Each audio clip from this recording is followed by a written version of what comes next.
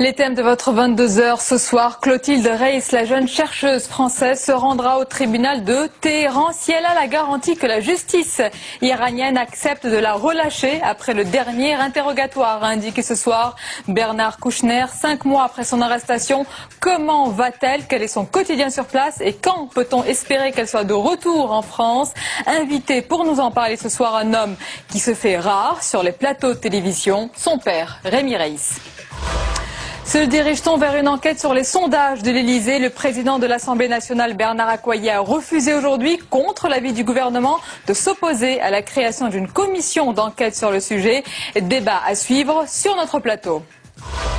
Et on continue à parler de transparence en politique avec l'argent des hommes et des femmes politiques. C'est le titre d'un livre. On en parle avec l'auteur Marie-Christine Tabbé. Voilà pour les thèmes que nous développerons ce soir. Et à présent, tout ce qui vous a échappé dans le reste de l'actualité, c'est votre tour de l'info en images et c'est préparé par Pierre-Henri Gergonne.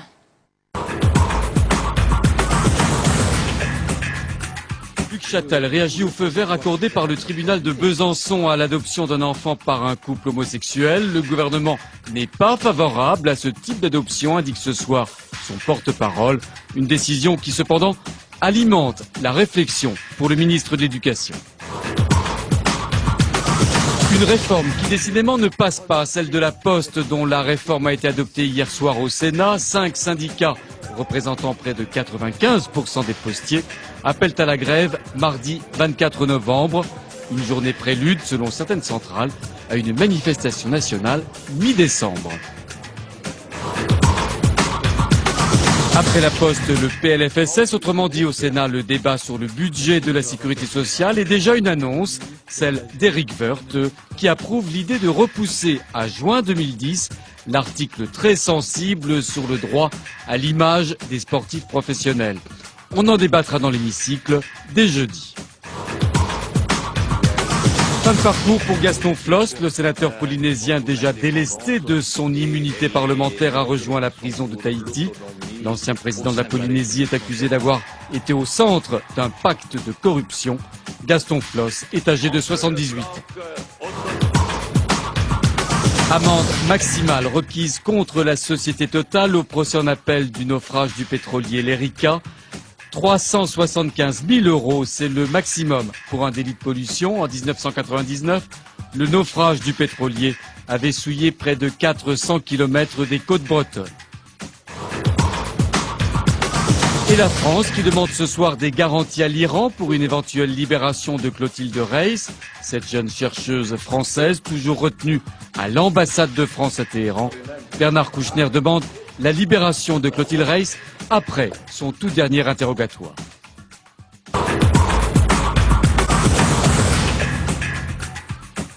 Il est l'invité du 22h, Rémi Reiss, le père de Clotilde Reiss. Bonsoir Rémi Reiss. Et merci d'être avec nous ce soir. On sait que vous faites rare sur les plateaux de télévision.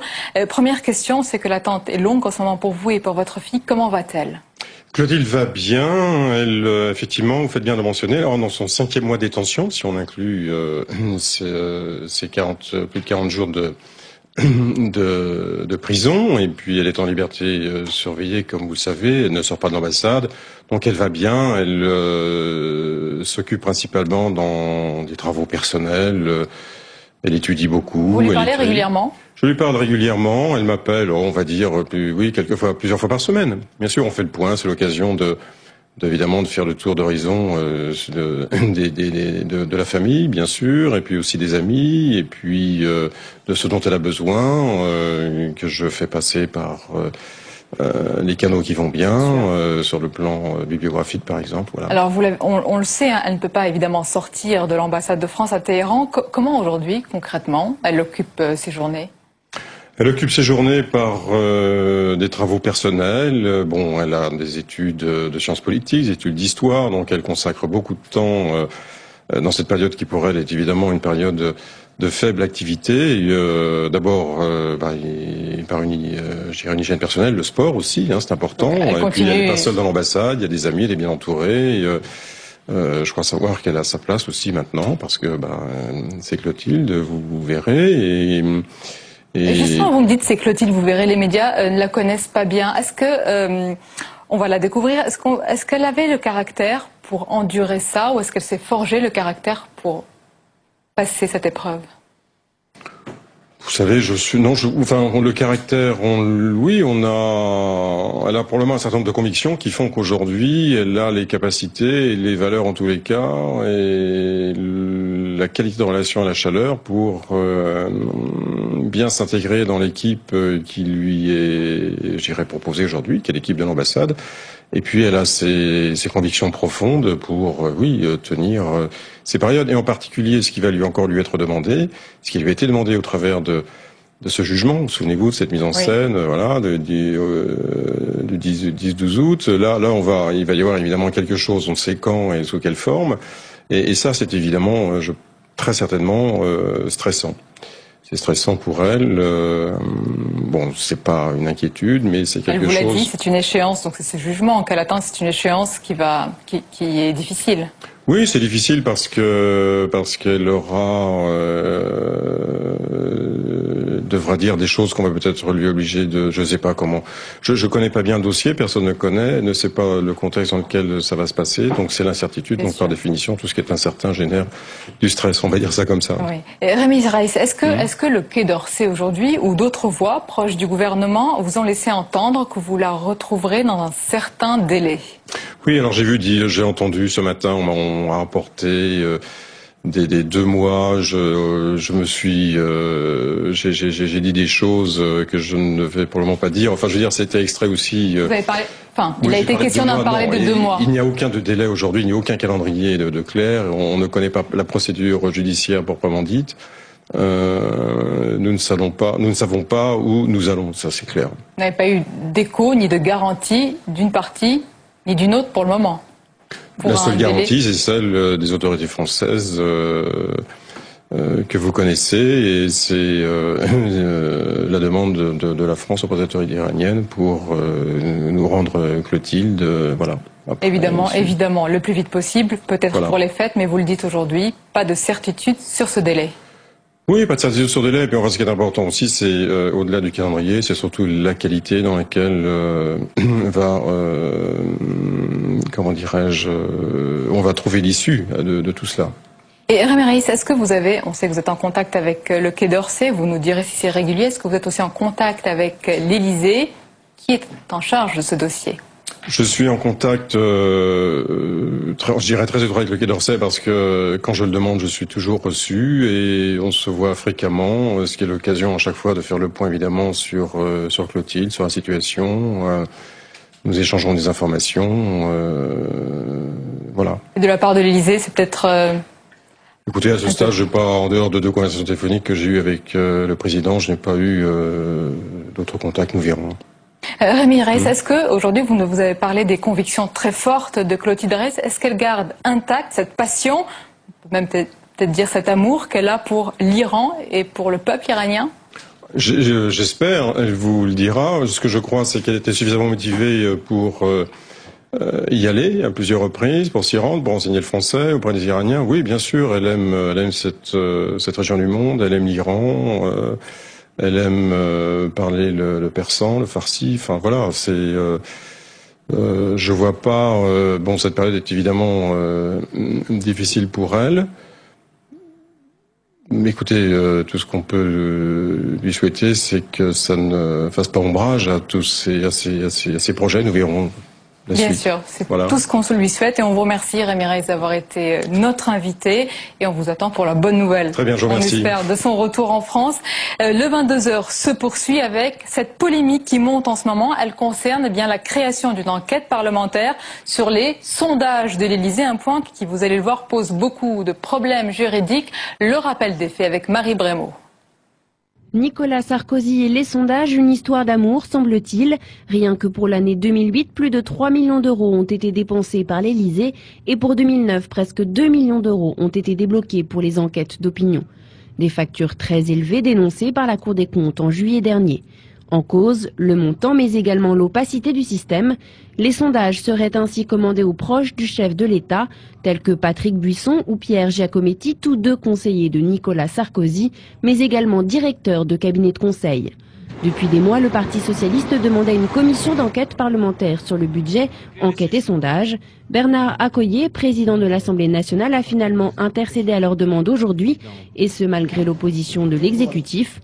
Mais rien n'est encore fait. C'est désormais à la commission des lois de se prononcer sur l'opportunité d'une telle commission.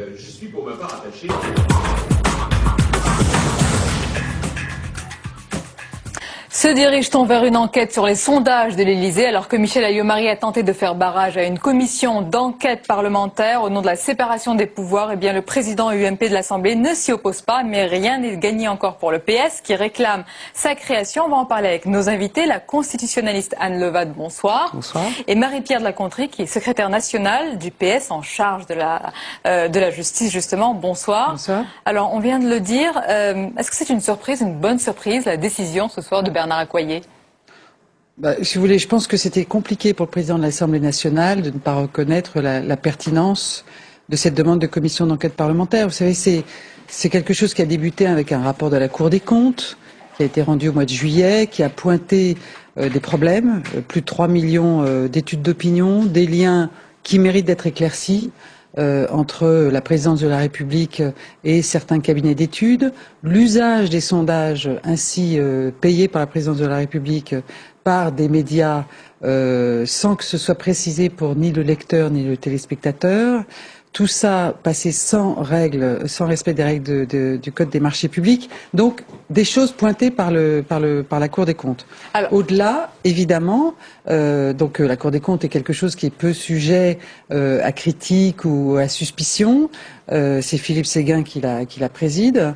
Et pour nous, mais j'ai bien compris que ce n'était pas votre question à l'instant, pour nous, il y avait un véritable fondement, pas seulement juridique, mais aussi politique, démocratique. Alors, on va parler justement avec vous, Marie-Pierre de la Gontrie, de cet aspect politique. On va revenir un instant sur le point juridique qui est très important dans cette affaire, parce que Michel Alliot-Marie s'est opposé donc à cette demande des socialistes, jugeant que le pouvoir de contrôle du Parlement s'exerce sur l'action du gouvernement et pas sur celle de la présidence de la République. Anne Levade, est-ce que c'est constitutionnel? Alors, présenté comme ça, c'est toujours un petit peu compliqué de répondre. Si vous voulez bien, je repars un tout petit peu en arrière pour rappeler quand même les choses. D'abord, je crois qu'il faut rappeler quel est l'état du droit et l'état des textes. On parle beaucoup de la réforme de 2008 parce que, effectivement, si la réforme de 2008 n'a pas inventé les commissions d'enquête, elle les a constitutionnalisées. Donc, il y a maintenant un article spécifique dans la Constitution, l'article 51-2, qui prévoit ces commissions d'enquête. Cet article participe de cette logique qui allait dans le sens de l'extension des pouvoirs du Parlement, première chose. Et deuxième chose, elle supposait une révision du règlement des assemblées qui a également étendu les pouvoirs de l'opposition. C'est important de le dire parce que les deux, dans cette affaire, je dirais, sont précisément mêlés. Ce qui fait qu'il y a aujourd'hui ce qu'on appelle un droit de tirage, oui. C'est-à-dire que les présidents des groupes d'opposition ont la possibilité d'inscrire à l'ordre du jour une commission d'enquête à chaque session parlementaire, et on est donc dans ce cadre-là. Maintenant, deux mots peut-être sur la procédure pour bien comprendre pourquoi Michel Alliot-Marie intervient et pourquoi Bernard Accoyer intervient aussi. Il y a classiquement sur les commissions d'enquête une irrecevabilité. On ne peut pas engager une procédure de commission d'enquête parlementaire si l'affaire est en même temps en cours de poursuite judiciaire. Donc dans ce cadre-là, le président de l'Assemblée saisi d'une demande de constitution de commission doit poser la question au garde des Sceaux, c'est la procédure prévue, pour savoir si oui ou non il y a une procédure judiciaire. Donc Michel Alliot-Marie, oui, en l'espèce, répond. Donc, pardon, c'est un peu long, mais je crois que c'est pas utile, voilà, c'est pas inutile de le rappeler. Donc Michel Alliot-Marie répond en disant non, mais comme la procédure est nouvelle et qu'en particulier le libellé de l'article 51-2 date de 2008, oui, elle précise et donc elle attire l'attention, ce sont ses propres termes. Donc c'est pour ça que j'aime pas trop l'idée d'affrontement. Elle a jugé utile. On pourrait discuter longuement du fait de savoir si elle a bien fait ou mal fait, c'est pas le problème, d'attirer l'attention sur le libellé du texte. Le libellé du texte, maintenant, et j'en viens à la question précise, dit effectivement que ce pouvoir de contrôle s'inscrit dans la logique de l'article 24 de la Constitution sur les pouvoirs du Parlement. Or, le pouvoir du Parlement, c'est de contrôler le gouvernement, parce que c'est son rôle, nous sommes en régime parlementaire. Donc vous nous dites que c'est... Donc, possible. Donc la question qui se pose, c'est de savoir si la présidence de la République est ou non dans le gouvernement. Bernard Accoyer répond en disant « Pour moi, il n'y a pas d'irrecevabilité en termes de procédure judiciaire, puisque la question ne se pose pas. Donc c'est la commission qui va apprécier si oui ou non irrecevabilité il y a. Il est donc normal, chacun dans son rôle, que lui poursuive la procédure. » Bon, ça c'était un éclairage important. Marie-Pierre de la Gontrie, je vais vous laisser répondre. Quel est l'objectif de cette commission? C'est de montrer quoi? C'est de prouver quoi? Je vais vous répondre, mais j'indique que le débat que vous avez pointé là, il ne faut pas que ce soit un faux fuyant. C'est-à-dire que, effectivement, Madame Alliot-Marie a répondu à une question qui ne lui était pas posée.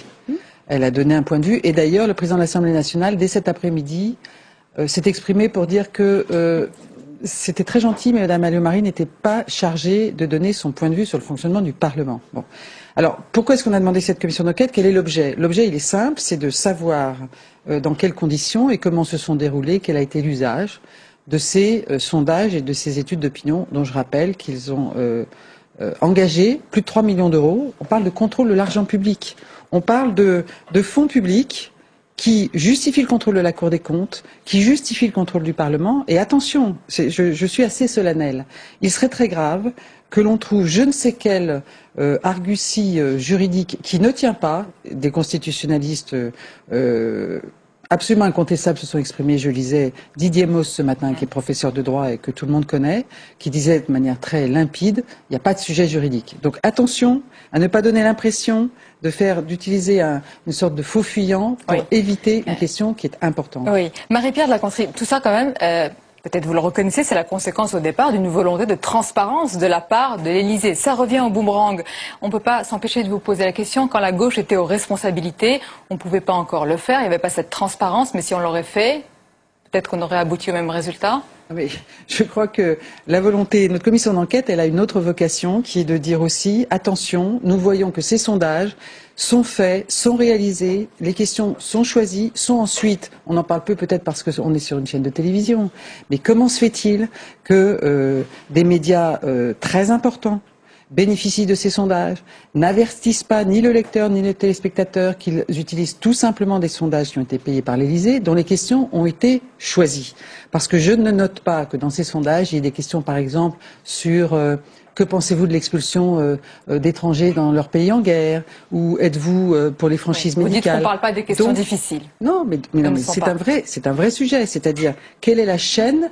Et pourquoi est-ce qu'il y a un problème démocratique lourd? C'est que on voit que Nicolas Sarkozy, qui adore la communication, qui adore essayer de faire pression au-delà de ce qu'on n'a jamais vu, je crois que tout le monde s'accorde là-dessus, sur la construction de l'opinion publique, c'est ça qui se passe. Il adore la communication, on ne peut pas lui reprocher ça, mais c'est vrai que... Sur la pression sur l'opinion publique, je pense que c'est un degré que l'on n'a jamais vu.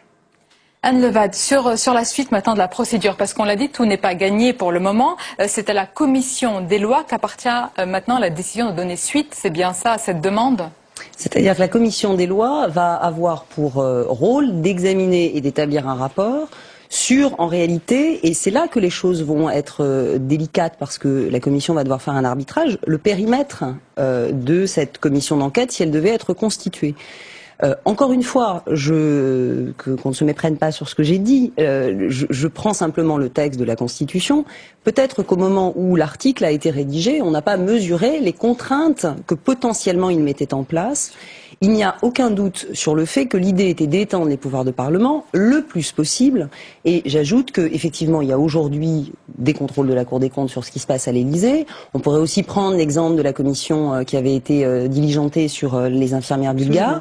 Mais c'est vrai qu'il n'empêche qu'une commission, dès lors que la résolution vise expressément la présidence de la République, puisque c'est l'intitulé même de la résolution, peut donner matière à discussion.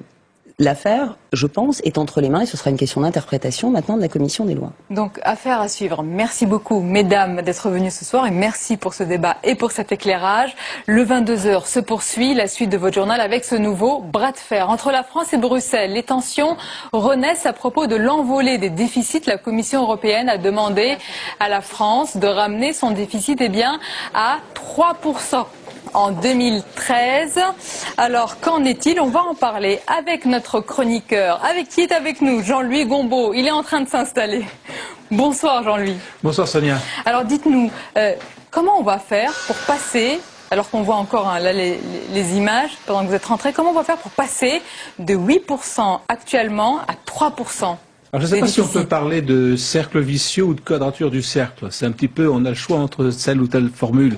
Effectivement, fin 2009, la France aura un déficit public de 8,5% de son PIB et on nous dit qu'il faut passer à 3% en 2013. Ça veut dire 5 points de PIB. 5 points de PIB, on fait un petit calcul, ça veut dire qu'il faut trouver, d'ici à 2013, il faut trouver 100 milliards.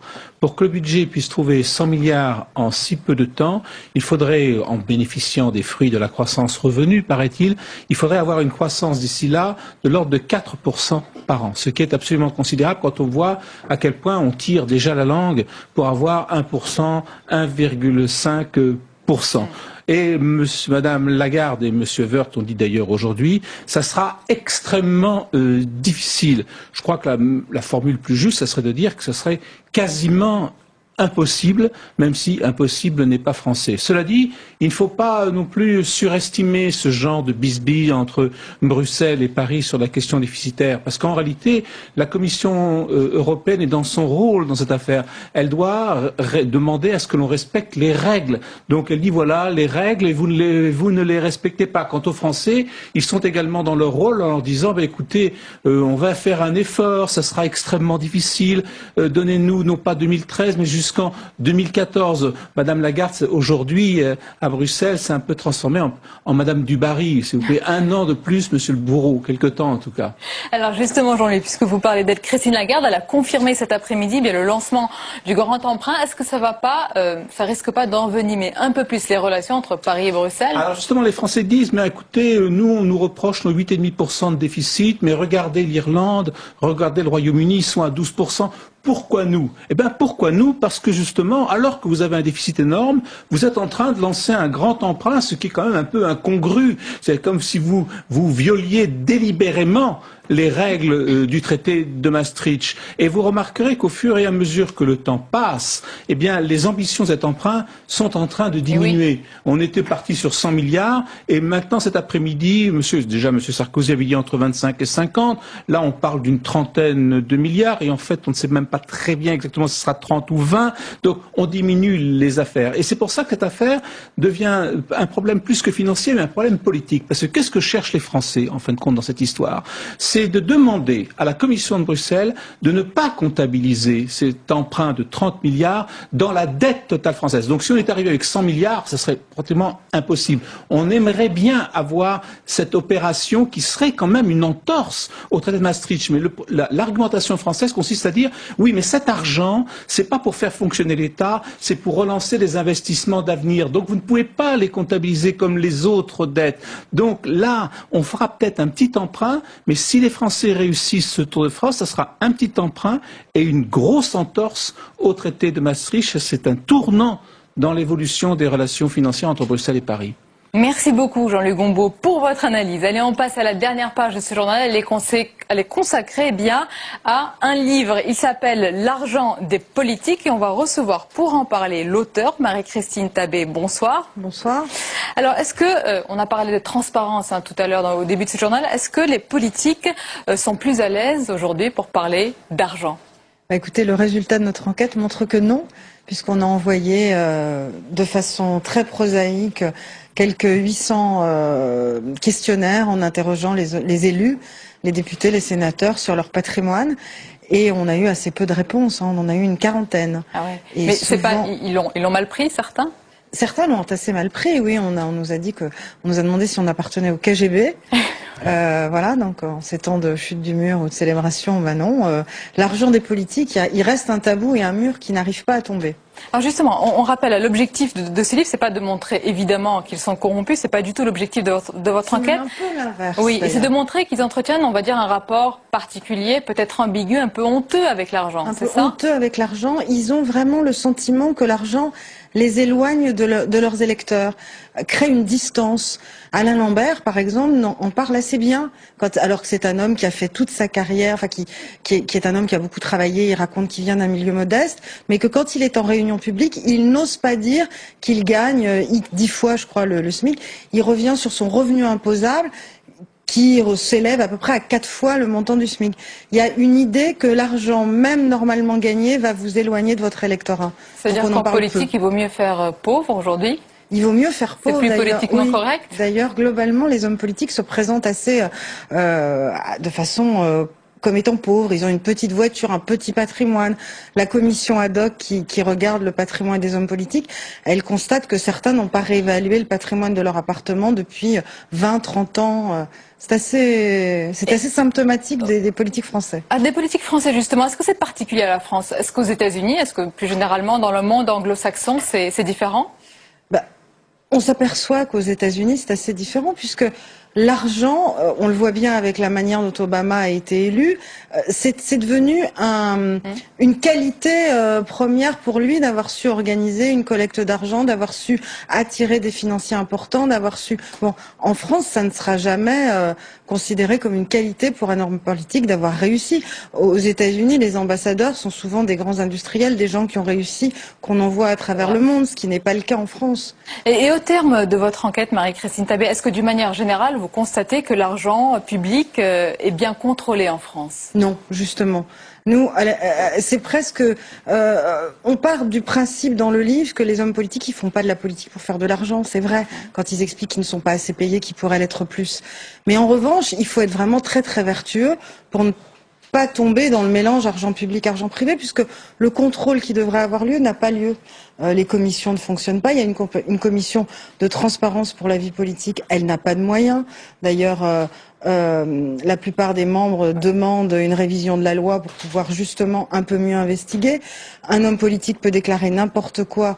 Ça n'est jamais sanctionnable puisque la déclaration sur l'honneur n'est pas pénalisable. Donc, ils ne sont quasiment jamais contrôlés. Voilà. Et l'argent du politique, on le rappelle, il y a eu pas mal de récompenses. Il y a une dernière, là, c'était assez sympathique, oui, des journalistes du Nord, de la presse du Nord-Pas-de-Calais. Donc, l'argent des politiques avec Marie-Christine Tabé, on le rappelle aussi. Christophe Dubois, il y aura une suite au livre? Pourquoi pas? Ouais, sur les c'est un gros sujet. Merci beaucoup. C'est la fin de cette tranche d'actualité. Restez avec nous. Votre soirée, évidemment, elle se poursuit sur Public Sénat avec à 22h30 et Déshabillons-les, Hélène Risser qui passe en revue toutes les méthodes pour faire parler les politiques. Et puis à 23h15, conversation d'avenir avec Jacques Attali autour du riz. Très très bonne soirée à vous.